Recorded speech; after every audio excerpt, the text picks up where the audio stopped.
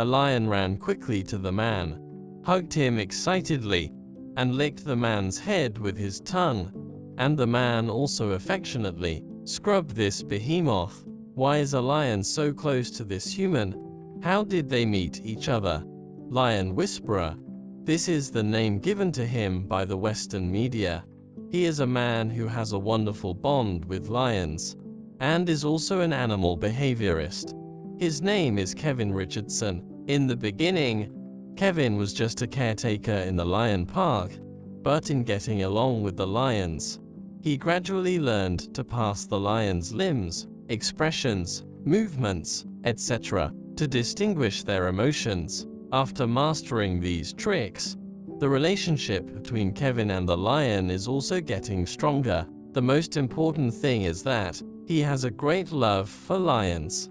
Sincere emotional exchange and unique way of communication established a solid bridge in the relationship between him and the lion. The lions Meg and Amy are two of the lions Kevin rescued. They were abandoned by their mother when they were young. The lions could not survive on their own, so Kevin adopted them and kept them in a wild park in South Africa, although they didn't see each other for a long time.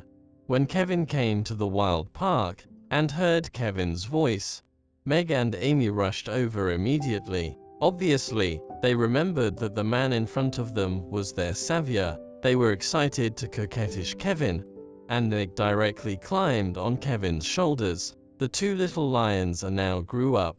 Their bodies were huge and strong. At the moment when they were hugged, Kevin struggled a little, but he was very happy, rubbing his head affectionately against Meg's neck. Compared to Meg, Amy seems to be more mature.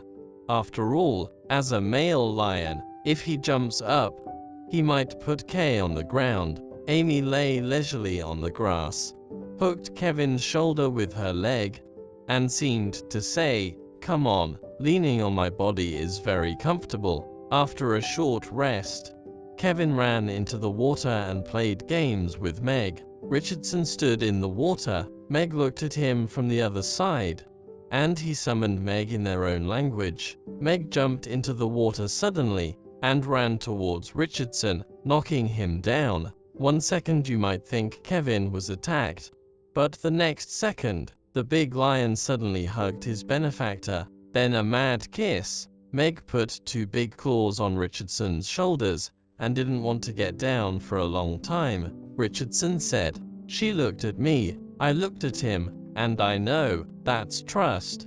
Meg and Amy thought Kevin was leaving and followed his car. As Kevin drove by on the grass, they seemed to be keeping Kevin, and when Kevin was far away, Meg was still quietly watching the direction Kevin was going, reluctantly. Fortunately, Kevin didn't leave. He just wanted to get some food to feed them. When Meg saw Kevin come back, she was immediately happy again. It rolled on the ground like a cat, and seemed to be coquettish. Kevin simply lay down with Meg, and the two hugged intimately, seeming to be enjoying the beauty of the afternoon. Cannot favor one over the other.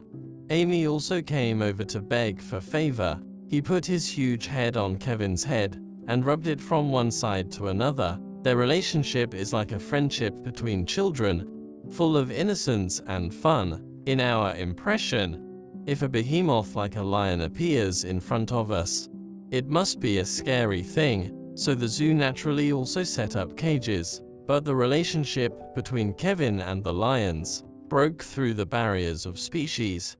He understands the joys and sorrows of lions, and is willing to get along with them day and night, trying his best to help them. They let us see that there can be so much love and harmony between humans and animals, even beasts.